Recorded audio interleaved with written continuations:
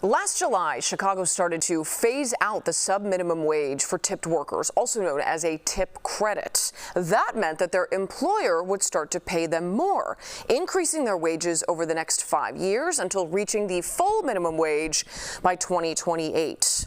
Chicago was following cities like Washington, D.C., where they'd already had a similar system in place. Now, the mayor of D.C. says that method is failing employees and small businesses. Our Sabrina Franza has checked into that impact here in Chicago. Some small businesses say this new policy is the nail on the coffin for their American dream. They're already dealing with increasing costs for goods and labor. Now, one former business owner tells us he hopes Mayor Brandon Johnson follows the lead of the mayor of D.C. Just drive down your city streets, look to your left and look to your right, and count how many stores are vacant. Muriel Bowser was the owner of Taquito Street in Lincoln Park, a storefront with signage outside that's now empty inside. After over a decade in business, he closed his doors at the beginning of this year. 65 people lost their jobs. The labor part of our business model, and I would argue most restaurant business models, is the most expensive part, right? So if your wages are going up quickly, how do you pivot? Wages for tipped workers in Chicago went up from $9.48 to $11.02 per hour last summer.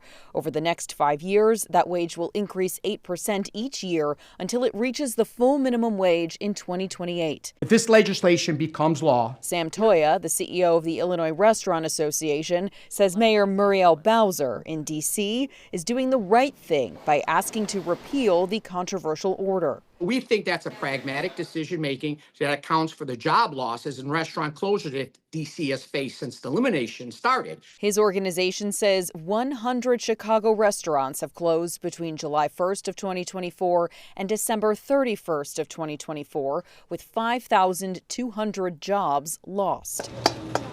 Mayor Johnson told CBS News Chicago, well, it stabilized our workforce. He feels the One Fair Wage ordinance has been a huge success. For businesses, having a strong, consistent workforce, there's a benefit to that particular establishment. We reached out to supporters of the One Fair Wage policy who told us that employees who earn tips here in Chicago are earning more overall because their wages are higher and then they make tips on top. They say the original policy was meant to help women and especially people of color who were making less than the minimum wage, even though in those cases their employers were supposed to make up the difference. In the newsroom, Sabrina Franza, CBS News, Chicago.